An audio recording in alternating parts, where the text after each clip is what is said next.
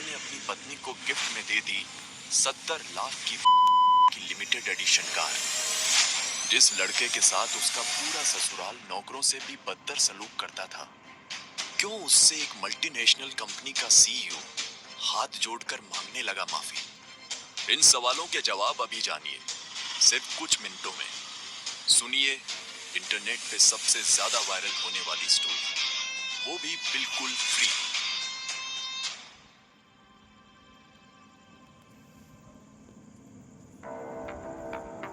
खबरदार, खबरदार जो तुम मेरे ऑफिस है, अगर किसी को भी पता चल गया ना कि मैं तुम्हारी पत्नी हूँ, तो बस गई मेरी सारी इज्जत पानी।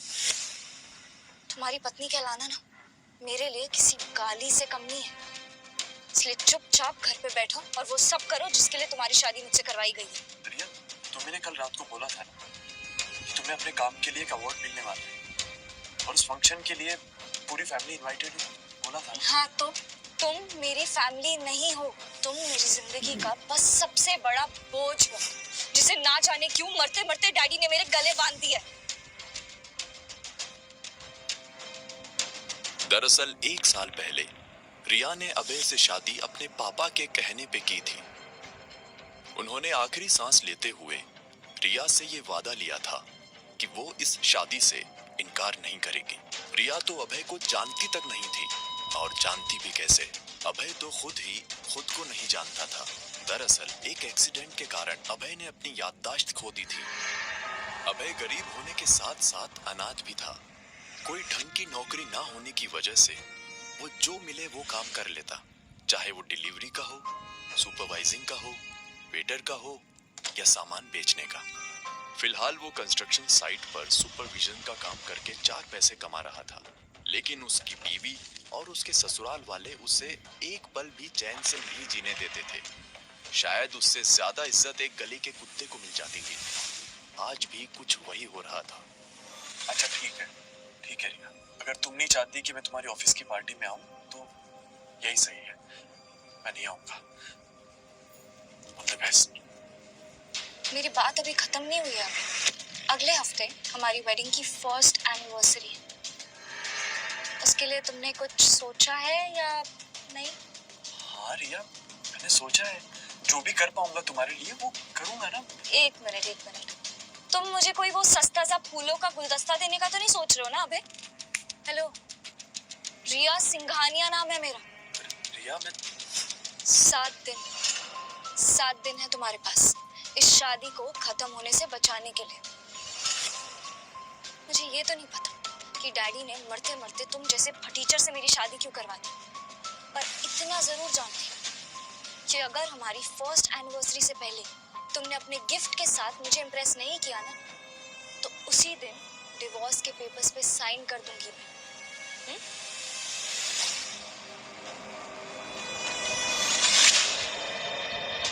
रिया और अभय की शादी भले ही जबरदस्ती की थी, पर रिया दिखने में इतनी खूबसूरत थी कि उसे देखते ही किसी भी लड़के का दिल पिघल जाए।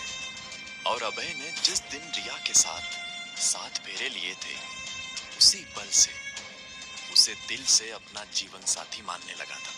आज रिया की ये धमकी सुन अभय का दिल जोर जोर से धड़के जा रहा था। रिया, तुम गलत नहीं हो, तुम सही कह रही हो, और तुम जैसी लड़की एक अच्छा लड़का डिजर्व करती है। और ट्रस्ट मी यार, मेहनत कर रहा हूं मैं जितना भी कर सकता हूं उससे ज्यादा कर रहा हूं। बस एक बार ये याददाश्त वापस आ जाए ना मेरी, उसके बाद मैं और भी ढंग से मेहनत कर पाऊंगा। मुझे तुम्हारी खोई हुई याददाश्त से कोई मतलब नहीं है, और अगर तुम्हारी याददाश्त वापस आ भी गई तो कौन सा तुम मेरी किस्मत बदल दोगे? I really don't care. मैं अपना फैसला नहीं बदलने वाली हूँ। रिया,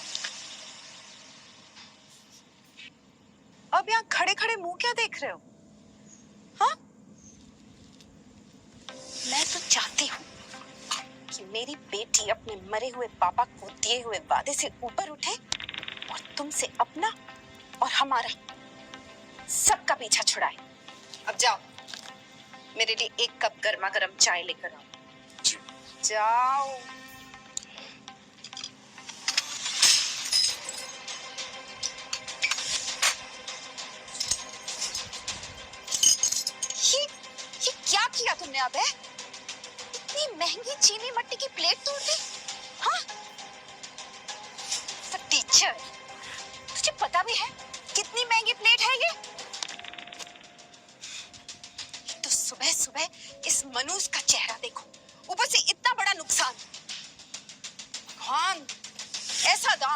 मेरे दुश्मनों को भी मत देना।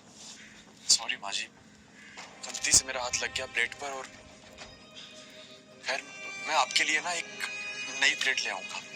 मुझे माफ कर दीजिए प्लीज। नई प्लेट? और पैसे कहाँ से लाएगा? आसमान से? हाँ, तुझे तो कोई भीख भी न दे। ठीक है मम्मी, जीजा जी से तो कोई काम ढंग से होता ही नहीं, और ऊपर से इनकी शक्ल भी ऐसी है कि इनको देख के कोई फूटी कौड़ी भी ना दे। बिल्कुल ठीक कहा प्रेरणा बेटा, हमारे तो भाग ही फूटे जो हमें ऐसा दामाद मिला। इससे अच्छा तो हमारी बेटी कुंवारी ही मर जाती। खैर देखो, आज से मुझे घर के राशन के लिए पैसे मिल जाने चाहिए बिना मांगे। अब हमारे खाने पीने की जिम्मेदारी तुम नहीं उठाओगे तो फिर कौन उठाएगा? अभय की जिंदगी यही थी। सुबह उठो, सास से बेइज्जती करवाओ, दिन भर मेहनत करके थोड़े पैसे कमाओ और घर लौटकर वो सारे पैसे अपनी सास के हाथों में रख दो।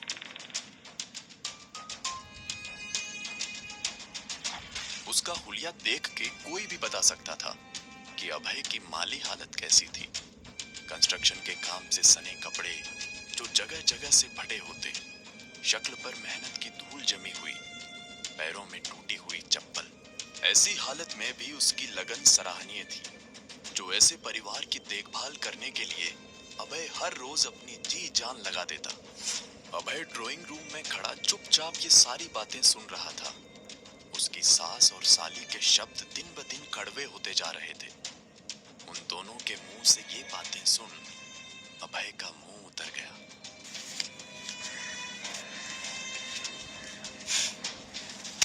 इतने से पैसों में पेट पालोगे हमारा? न जाने मेरी बेटी ने कौन से कर्म किए हैं जो तुम जैसा फटीचर और नामर्द पति मिला है, जो अपने घर वालों को 2 रोटी भी ना खिला सके। ये लो 50 रुपए लो, ये तुम्हारे आज का खर्चा। पर माँ जी, 50 रुपए तो मुझे काम तक पहुंचने में लग जाएंगे। काम? इसे काम नहीं, मजदूरी कहते हैं दामाद जी। ईंटें उठाना, सीमेंट के बोरे लादना, किसी के घर पे काम करना, ये काम नहीं होता। और अब तुम चाहे पूरे दिन भूखे रहो या पैदल चलो या जो भी हो, मुझे उससे कोई मतलब नहीं। 50 रुपए से ज्यादा एक फूटी कौड़ी नहीं मिलेगी तुम्हें, समझे? लेकिन माँ, जीजा जी के पास तो जहर खाने के भी नहीं पैसे बचे। जहर खाने के लिए राजी तो हो? इसे अपने हाथों से, अपने पैसों से जहर खिलाऊंगी। काश मैं भी किसी अमीर खानदान में पैदा हुआ होता। मेरे पास भी एक बड़ा घर, एक गाड़ी, सब कुछ होता। तब शायद मैं एक अच्छा दामाद और एक अच्छा पति बन सकता।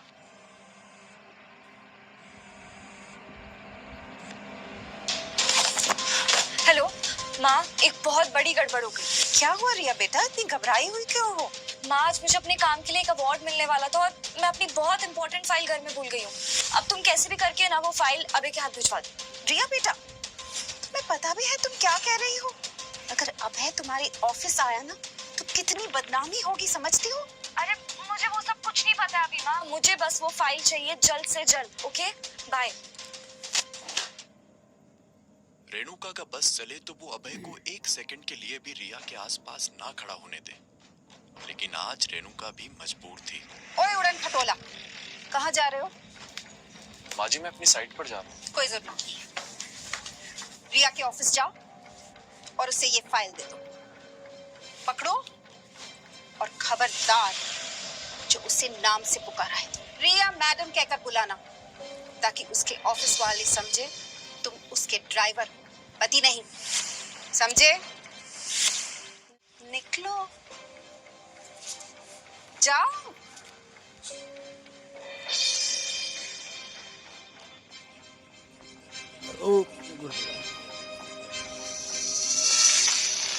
लेकिन जैसे ही अभय को अपने करीब एक परफ्यूम की खुशबू आई, उसके सेंसेस अलर्ट हो गए, क्योंकि वो इस खुशबू को पहचानता था। ये उस इंसान की थी जो उसे चैन से जीने नहीं दे रही। पागल पागल हो क्या? देखो, मैं उस तरह का आदमी नहीं हूँ जो किसी भी लड़की के साथ इन्वॉल्व हो जाए। तो छोड़ो मुझे। मैं तुम्हारा वो कल हूँ जो आने वाले कल पर भी भारी पड़ेगा। दूर नहीं रह पाओगे। गुस्से से दिल मिलाता हुआ अभय कुछ समझ ही नहीं पा रहा था कि उसके साथ ये हो क्या रहा है। पिछले कुछ दिनों से उसे लग रहा था कि हर वक्त उस पर किसी की नजर है और फिर इस लड़की का बार बार उसके करीब आने की कोशिश करना कुछ अजीब था।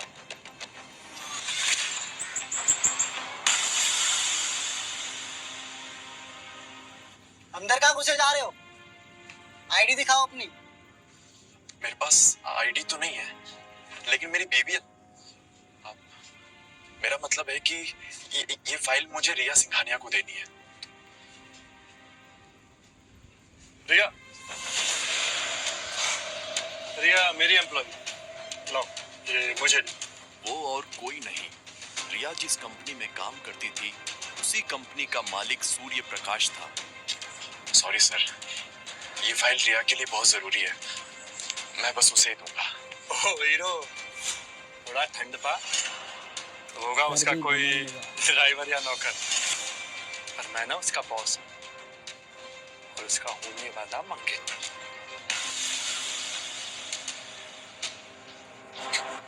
क्या क्या बोला तुम्हें? तू रिया का मंगेतर है? क्या ये बात रिया को पता भी है कि उसका ये सो कॉल्ड बॉस उसे उसकी पीठ के पीछे अपनी मंगेतर बुलाता है? साली, तेरी इतनी हिम्मत, तू मुझे धमकी देगा? पर तू है कौन? पति हूं मैं रिया का, और मेरी बीवी है वो। और उसको अपना बनाना तो दूर, उसको आंख उठाकर भी देखा ना तो यही कहीं जमीन में गाड़ दूंगा तुझे।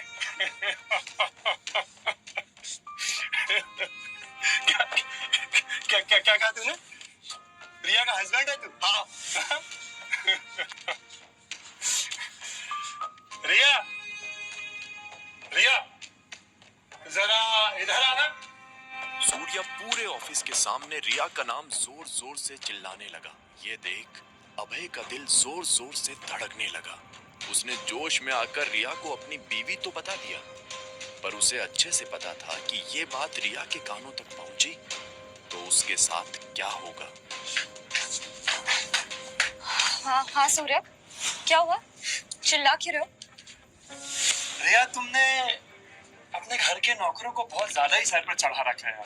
अब देखो ना, ये तुम्हारा 2 कौड़ी का ड्राइवर खुद को तुम्हारा पति बता रहा है। अभय, ये मैं क्या सुन रही हूँ? क्या तुमने सच में ऐसा कुछ कहा है? अब जवाब देना, नीचे क्या देख रहा? मेरे सामने तो बड़ा हीरो बन रहा था। इसके सवाल का जवाब दे। नीचे क्या देख रहा है? तू वैसे नहीं मानेगा ना? क्यों? चल, आजा। मैं मैं तुझे समझा।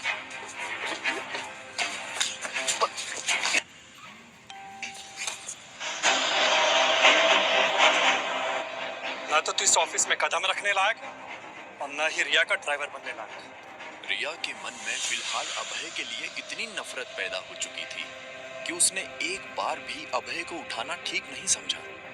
अभय अपनी आंखों में आंसू लिए रिया को लगातार देखे जा रहा था, जैसे उसे उम्मीद हो कि रिया एक बार, बस एक बार उसे उठाने आएगी। बीवी के नाते ना सही तो कम से कम इंसानियत के नाते ही सही।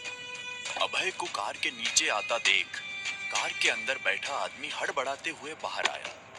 वो इंसान और कोई नहीं, मिस्टर खन्ना थे। वही मिस्टर खन्ना जिनके साथ आज रिया और सूर्या की बहुत ही इंपॉर्टेंट मीटिंग थी। जब उन्होंने अभय को नजदीक से देखा तो चौंक उठे। अबे सर आप यहाँ, वो भी इस हालत में? माफ कीजिएगा सर, पर मैंने आपको देखा नहीं सर। हमने आपको कितना ढूंढा पर आपकी कोई खबर नहीं मिली। मिस्टर खन्ना को अभय से ऐसे बात करते देख रिया और सूर्या दोनों के होश उड़ गए। मिस्टर खन्ना, आप इसे कैसे जानते हैं? इन्हें, यू मीन मिस्टर अभय? आप मजाक तो नहीं करी मिस रिया? इन्हें कौन नहीं जानता है? पिछले 1 साल से मिस्टर अभय लापता है, तभी आज ऑफिस इवेंट में मैं आया हूँ, नहीं तो इनके सामने मेरी कोई औकात नहीं है। What? ऑफिस इवेंट में आपकी जगह ये आता। You must be joking. ऐसा कैसे हो सकता है? इसकी औकात ही क्या? माइंड योर लैंग्वेज मिस रिया।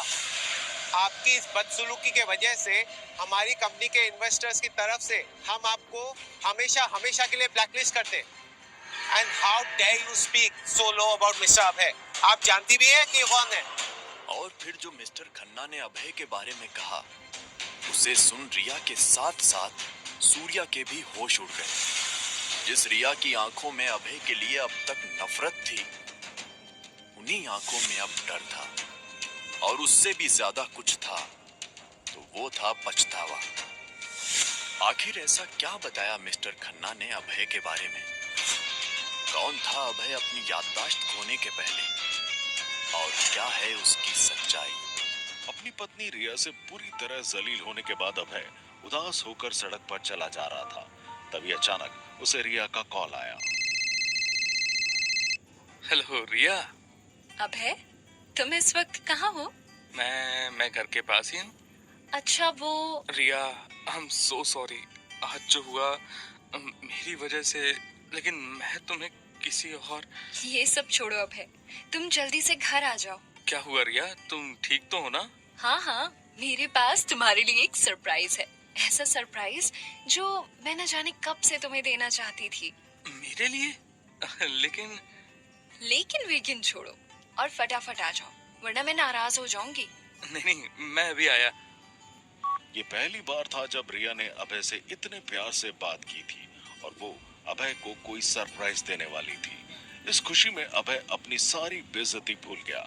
रास्ते में जाते हुए उसने रिया के लिए एक गजरा खरीदा, लेकिन जब वो घर पहुंचा तो उसके पैरों तले जमीन खिसक गई।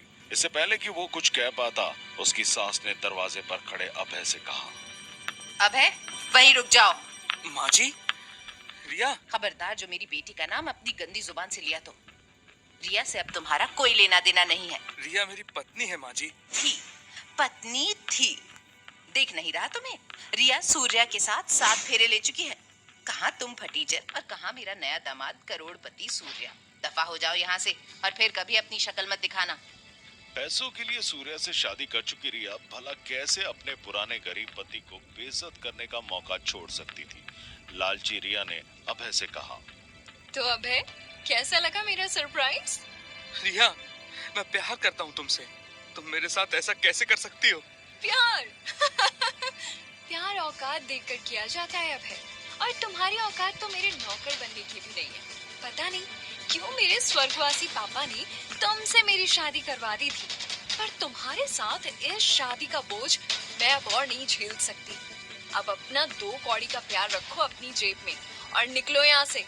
मैंने पापा को दिया हुआ वादा पूरा कर दिया, अब मेरा तुमसे कोई लेना देना नहीं है।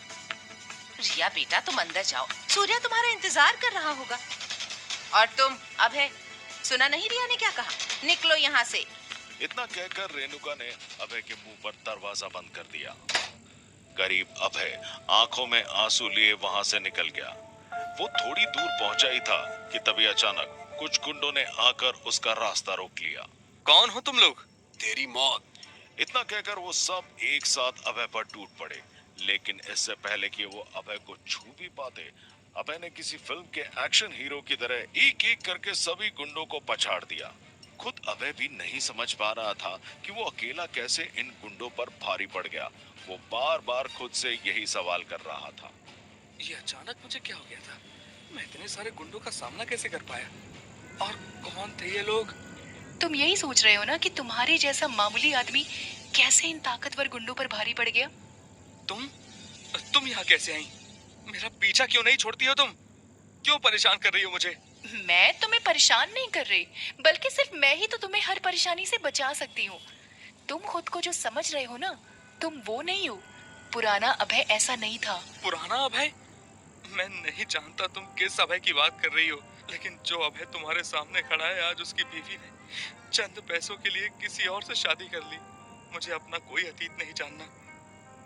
मैं समझ चुका हूँ कि दुनिया पैसे से चलती है, और मेरा कसूर यही है कि मेरे पास पैसा नहीं है।